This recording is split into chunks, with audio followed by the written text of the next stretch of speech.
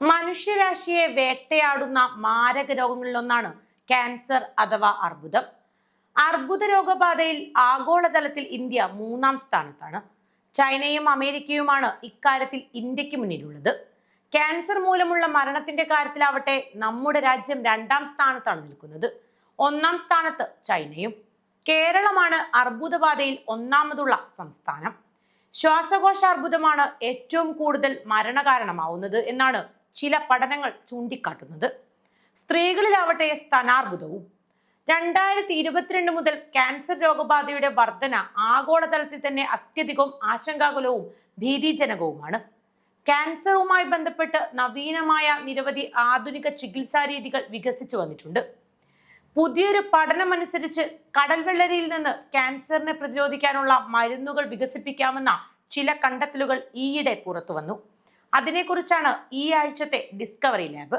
സ്വാഗതം discovery ലാബിലേക്ക്.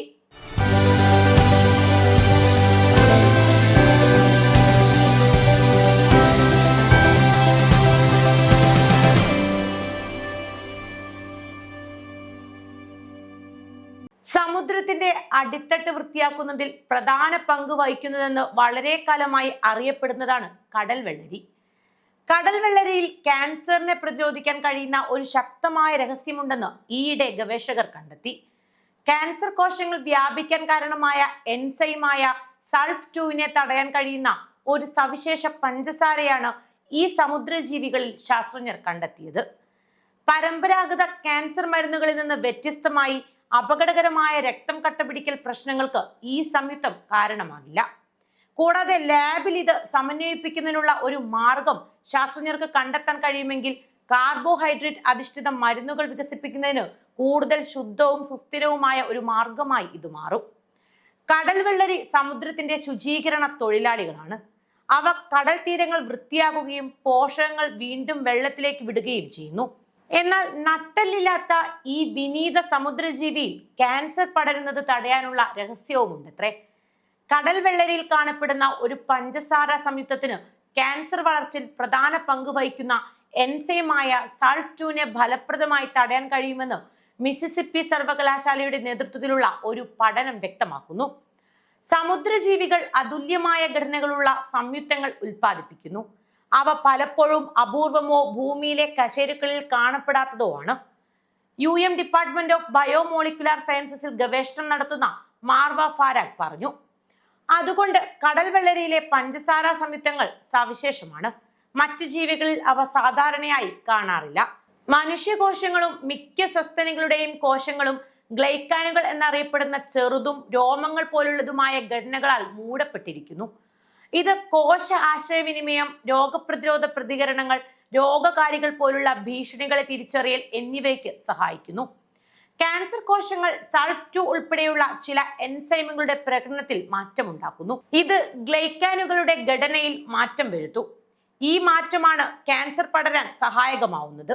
Computer മോഡലിംഗും laboratory പരിശോധനയും ഉപയോഗിച്ച് ഹോളോതൂറിയ ഫ്ലോറിഡാന എന്ന ശാസ്ത്രനാമത്തിൽ അറിയപ്പെടുന്ന കടൽ വെള്ളരിയിൽ നിന്നുള്ള പഞ്ചസാരയ്ക്ക് ഫ്യൂക്കോസിലേറ്റഡ് കോൺഡ്രോയിറ്റിൻ സൾഫേറ്റ് അഥവാ സൾഫ്-2 ഫലപ്രദമായി തടയാൻ കഴിയുമെന്ന് ഗവേഷണ സംഘം കണ്ടെത്തി. സൾഫ്-2 നിയന്ത്രിക്കുന്ന മറ്റു മരുന്നുകളിൽ നിന്ന് വ്യത്യസ്തമായി കടൽ വെള്ളരി സംയുക്തം രക്തം കട്ടപിടിക്കുന്നതിൽ ഇടപെടുന്നില്ലെന്ന് UM pharmacology associate professor Josiah Sharp പറഞ്ഞു.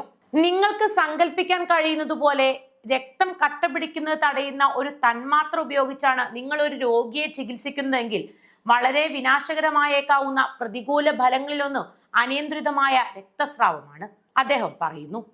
അതിനാൽ ഞങ്ങൾ കണ്ടെത്തിയിരിക്കുന്ന ഈ പ്രത്യേക തന്മാത്രയ്ക്ക് ആ ഫലമില്ല എന്നത് വളരെ പ്രതീക്ഷ നൽകുന്നതാണ്. സമുദ്രോൽപ്പന്നങ്ങളെ അടിസ്ഥാനമാക്കിയുള്ള ക്യാൻസർ ചികിത്സ എന്ന നിലയിൽ കടൽ വെള്ളരി സംയുക്തം നിർമ്മിക്കാൻ എളുപ്പവും ഉപയോഗിക്കാൻ സുരക്ഷിതവുമായിരിക്കും. പന്നികളിൽ നിന്നോ മറ്റ് കരസസ്തനികളിൽ നിന്നോ കാർബോഹൈഡ്രേറ്റ് അധിഷ്ഠിത മരുന്നുകൾ വേർതിരിച്ചെടുക്കുന്നതിൽ നിന്ന് വ്യത്യസ്തമായി കടൽ വെള്ളരിയിൽ നിന്ന് സംയുക്തം വേർതിരിച്ചെടുക്കുന്നത് വൈറസുകളും മറ്റ് ദോഷകരമായ ഏജന്റുകളും കൈമാറ്റം ചെയ്യാനുള്ള സാധ്യത വർദ്ധിപ്പിക്കുന്നില്ല എന്ന ഗുണം കൂടിയുണ്ട്. എന്നാൽ കടൽ വെള്ളരി അത്ര എളുപ്പത്തിൽ ലഭ്യമല്ലാത്തതിനാൽ ശാസ്ത്രജ്ഞർക്ക് മറ്റു മാർഗങ്ങൾ തേടേണ്ടി വരും. മരുന്നുകൾ സൃഷ്ടിക്കാൻ ആവശ്യമായ വിളവ് ലഭിക്കുന്ന മാർഗങ്ങൾ വികസിപ്പിക്കണം. ഭാവിയിലെ പരീക്ഷണങ്ങൾക്കായി പഞ്ചസാര സംയുക്തം സമന്വയിപ്പിക്കുന്നതിനുള്ള ഒരു മാർഗം കണ്ടെത്തുക എന്നതാണ് ഗവേഷണത്തിന്റെ അടുത്ത ഘട്ടം. നന്ദി. മറ്റൊരു വിഷയവുമായി അടുത്തയാഴ്ച വീണ്ടും കാണാം.